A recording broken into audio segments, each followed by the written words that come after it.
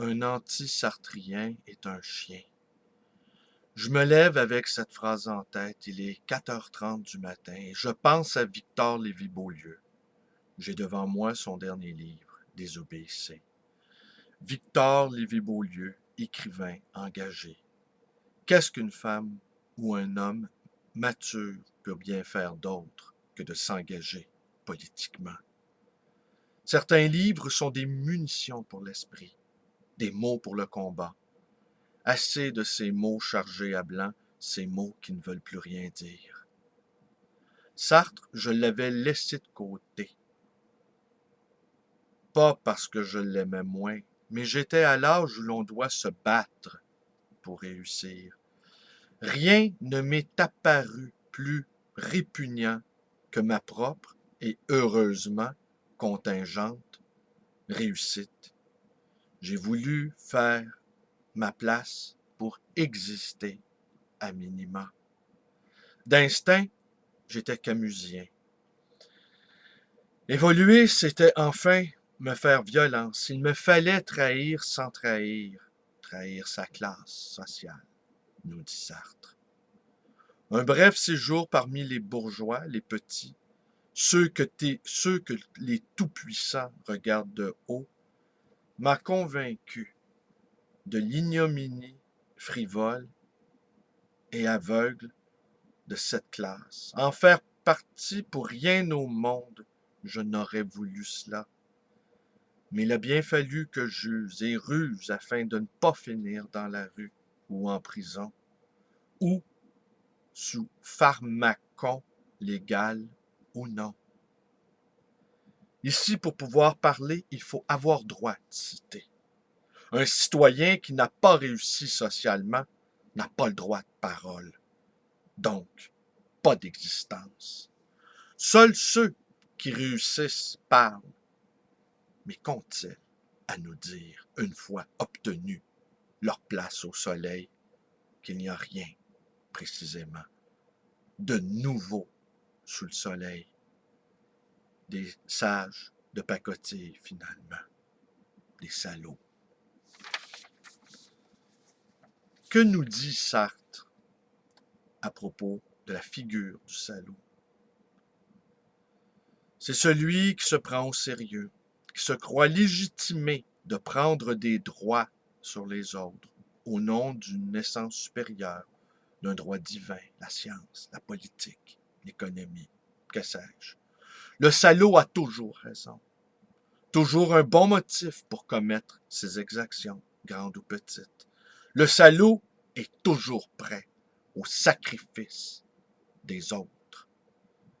Qu'on se rassure, nous ne sommes pas tous des salauds, mais nous sommes toujours obligés d'aller vérifier, d'être honnête avec soi-même, lucide en un mot. L'authenticité n'est pas donnée, elle est un processus permanent, un exercice de tous les instants. Suis-je en train de commettre une saloperie? Et on le sait, les plus grandes saloperies sont commises au nom de Dieu. On est toujours le nazi de quelqu'un d'autre, disait Vergès. Il est grand temps pour moi de me dénazifier, de jeter mes dernières forces dans la mêlée.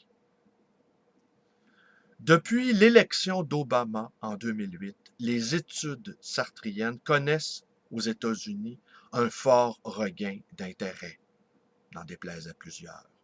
Nous sommes entrés dans des temps sartriens, des temps d'engagement, de danger, de réflexion qui font mal, de remise en cause, de liberté. On creusera, on devra, nous aussi, casser des os dans notre cerveau, revoir certaines notions, revoir certaines considérations, penser en dehors de la boîte. Le petit marchand tunisien, en s'immolant, a posé un geste sartrien. Je ne suis pas libre d'être un esclave, mais je suis libre de me révolter contre les conditions qui me sont faites et contre les gens qui m'ont englué dans cette condition. La pensée de Sartre a également résonné, place Tahir. Ces mots ont été repris à Occupons Wall Street. Et lors du printemps québécois, des étudiants manifestaient avec le visage de Sartre sur des pancartes. L'enfer, c'est la hausse. On aura compris la hausse des frais de scolarité. Assange, Manning, Snowden ont également posé des gestes d'hommes libres.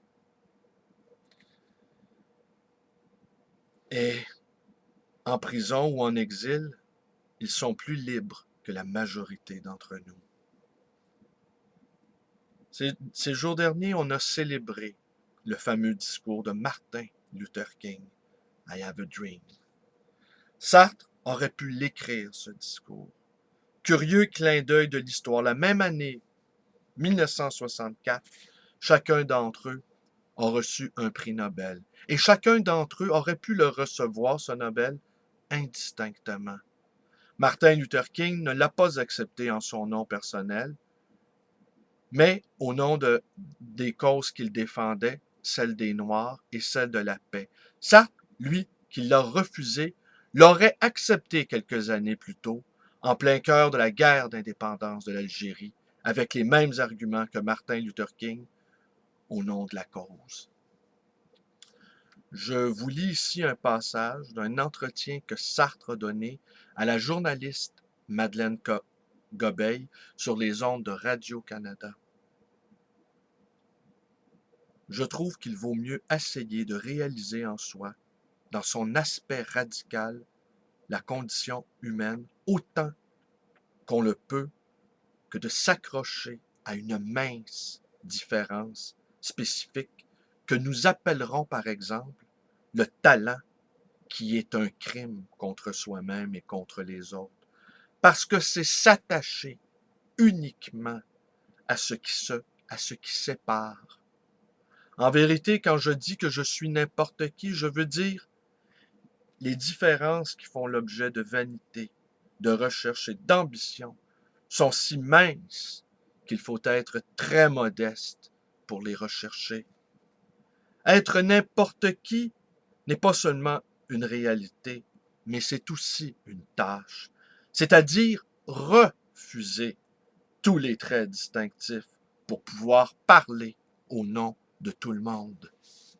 C'est-à-dire ne pas chercher, à la manière de tant de pauvres de mes confrères, le surhomme, mais au contraire, être le plus homme possible, c'est-à-dire le plus semblable aux autres. Donc, il s'agit d'une tâche. À cet égard, le prix Nobel aurait été donc précisément une petite distinction, un petit pouvoir, une séparation. Moi, je n'ai de rapport qu'avec mon public. Réaliser en soi la condition humaine, une tâche. S'attacher à ce projet qui en est un de libération. M'avait frappé également lors des nombreuses manifestations auxquelles j'ai participé, ce refus observable, tangible, de ne pas être un chef, de ne pas être un salaud. On dit que c'est l'une des raisons de l'échec de Occupons Wall Street. Qui a dit que c'est un échec? Qui veut que cela soit un échec? Occupons est une victoire. Le printemps québécois aussi. Petite victoire, mais victoire tout de même. Des élections ont été obtenues et le gouvernement est tombé. La rue que nous n'avions jamais vue est apparue et la rue peut maintenant réapparaître à tout moment. Toute une génération d'activistes, jeunes et vieux, est née. Qui pense que nous allons retrouver la prospérité des Trente Glorieuses? Qui pense que les fameuses places promises aux bons élèves obéissants seront disponibles? Des temps sartriens, c'est cela. Inquiétude, exaltation, excitation de l'intelligence, naviguer à vue, notre vie, une page blanche à écrire, à chaque jour, à chaque instant, avec un espace possible, un espace de liberté. Ben voilà, c'était lecture dans ma bibliothèque, du 2 septembre 2013. Mon nom est Bruno Lalonde, et nous sommes à Montréal. Si le cœur vous en dit, abonnez-vous à ma chaîne, téléphonez-moi, 514-736-0999. Ceci est le numéro de téléphone de ma librairie que vous pouvez également visiter. Le livre Voyageur dans le quartier Côte-des-Neiges à Montréal. Et vous pouvez également devenir un ami militant ou un ami lisant, c'est selon, en vous joignant à ma page Facebook ou en allant la visiter, tout simplement. Elle est parfaitement ouverte à tout le monde. Merci, bonne journée.